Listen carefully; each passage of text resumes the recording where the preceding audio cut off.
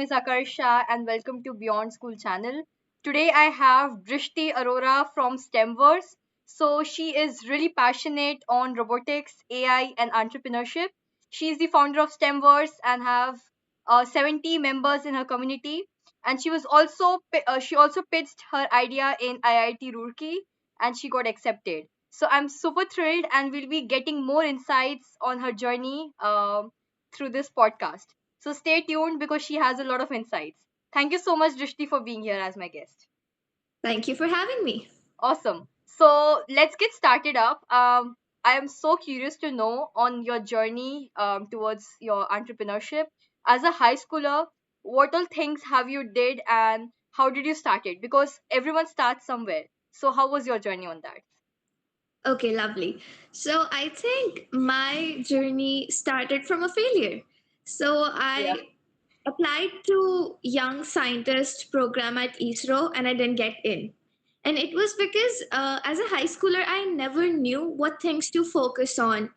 Here in India, we don't even have guidance counselors, so we don't know what opportunities you need to apply outside of school. In fact, we discovered that the program itself ourselves as well. So I couldn't get in because I didn't have the stats. So that sparked the curiosity and passion in me to so that other students don't face the same. So Hmm. that was my first edtech venture at the age of 14. I created a website that basically, if you enter your field of interest, it's going to show you all of the opportunities in that Wow. field. Okay. And it got selected by Inspire Awards, and I got funded 10,000 to make it. That's awesome. Okay. So as you said that every success has those failures, and I mean we kind of see those success every time in through social media, and people kind of feel that's how life is, but it isn't. So that's a very inspiring journey, as you mentioned. And so how did you started with STEMverse, and how did that journey started? Like, what problem did you see and what are you solving and what's your aim? Okay, lovely. It is pretty similar to the problem that I discussed earlier. We started out at STEMverse really recently, relatively speaking. So you see a lot of your progress in high school depends upon the guidance that you get, and also the curiosity that is going to be sparked by either someone else or some type of the information that you get online, right? So, for example, very recently we started out with our astrophysics webinar, which was conducted by one of our interns. So, I will not mention the name, but there was this one student who was not from the STEMverse community.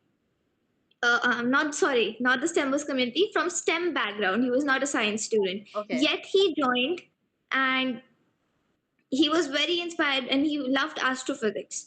And I had noticed many of students who would be so passionate and they would give so many insights and value to the field if they knew or if they had enough information about that field. So we teach the underprivileged, middle class, or low income. That's our aim. And myself, I feel I have missed out on a lot of opportunities. So I want to, give it forward, and and that's why it's a non-profit organization. We don't charge anything. Lovely, awesome. Okay, so how were you reaching out to people? So underprivileged teens, were you going out to schools and reaching out to them? And what about other low middle class students as well? Yes. Okay. Awesome. So, firstly, we are reaching out to NGOs. At this point, we are trying to get to know orphanages because oftentimes in orphanages, you have the education, but they don't really focus on your mental development and how your intellectual actually develops. So, I think they are the first targets, and we're going to reach out to local communities. As for me, I live in Ludhiana, Punjab, and I personally was a volunteer at this NGO connecting organization called City Needs. So they are affiliated with, I feel, above 100 non-profits and NGOs.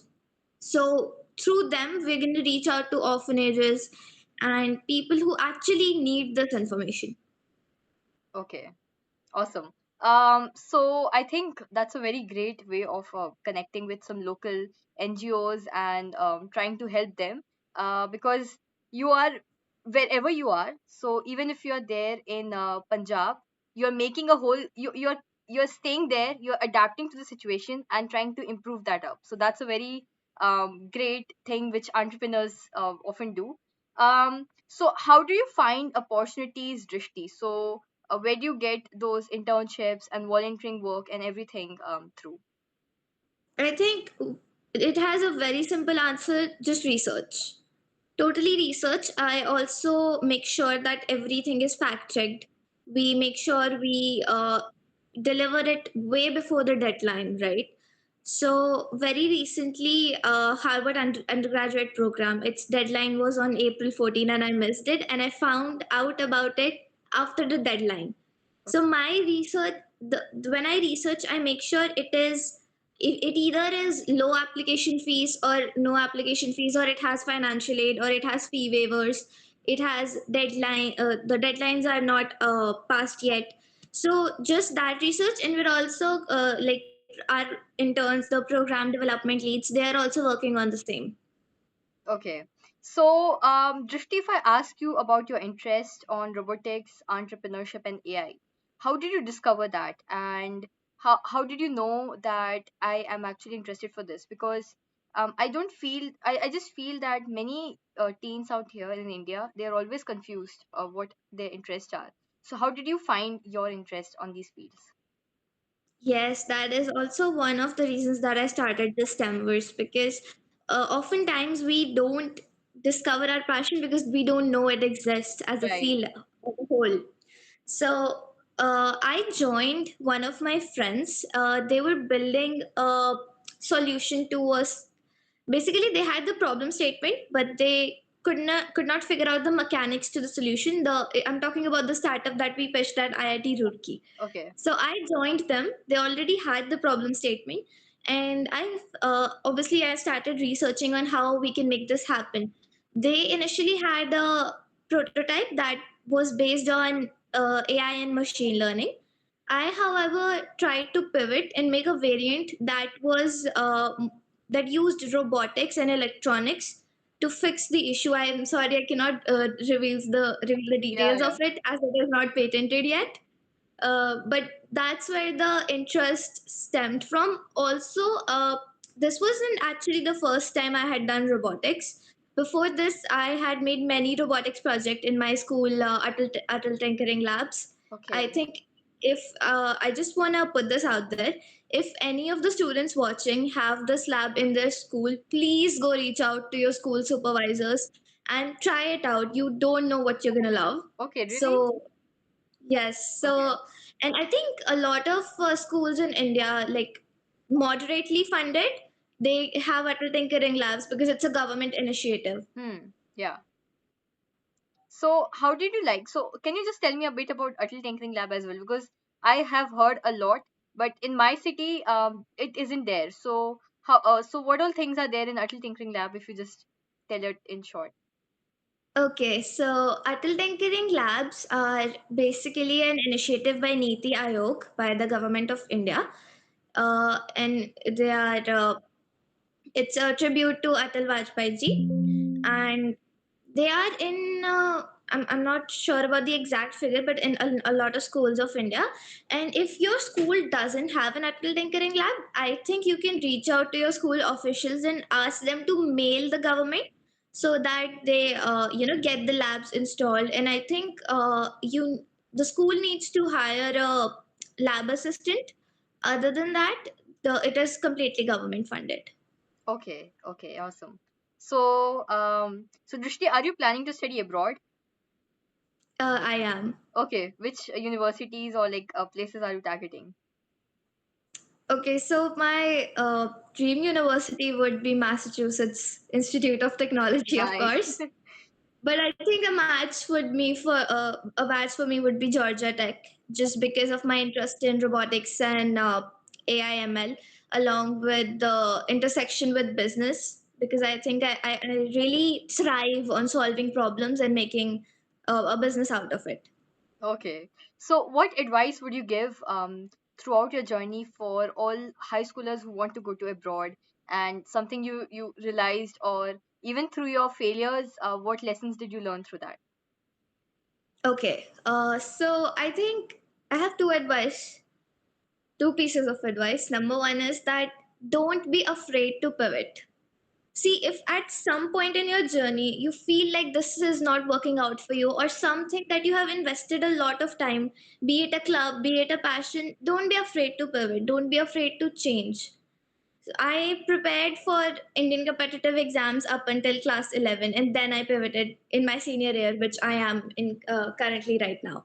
So I think you really need to understand that change can be scary, but it is very, very essential for you because you don't want to have regrets further in your life. Speaking of which, the second advice is apply. Do not miss out on an opportunity thinking that, oh, this is out of my reach, oh, maybe I won't get in, maybe they won't give me financial aid. Just apply. You will experience, you will find out what were your shortcomings. You could maybe mail them back that why I didn't get selected. Apply.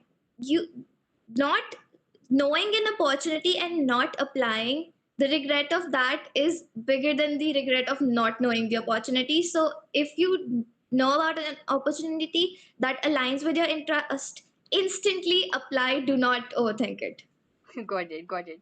So, as you said, I mean, unexpectedly, you might end up liking something, or some interest you gain as you gained from Atal Tinkering Lab. So it's like something is better than nothing. So we should definitely apply on those things. And I think, as you said, change is really essential, not to regret in life. So that's awesome. And I would say that thank you so much, Drishti, for being here at my podcast. And people can reach out to you. I'll send the link in description box so that they can just reach out to you for STEMverse. Yes.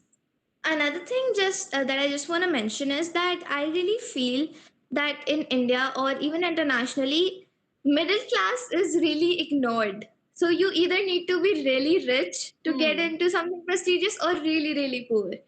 So of course, I will reach out to the low income, but I also am very empathetic towards all my fellow middle class students. So, if you want to learn, if you want to experiment, if you want to do research, if you want to grow in a STEM field, please reach out to us, the STEMverse. I will provide the LinkedIn to you. The Instagram handle is STEM underscore verse, and I'll also give you the email. We are also hiring, so if any of the students are Wow. interested in interning for us, we're open.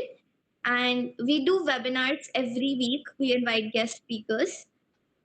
So in very different fields. So it is highly likely that if you're in STEM, we will have something for you. Definitely. I think you young fellows should definitely reach out to Drishti for STEMverse, and I feel that I'll be going to her events as well, and I'll be looking forward to have you all in as well. So I'll be sending the link in the description below, and do check in, and you can reach out to Drishti there from there. All right, thank you so much, Drishti, for being here. It was lovely talking to you. Same here. Okay, yeah, bye. Bye bye. Wait.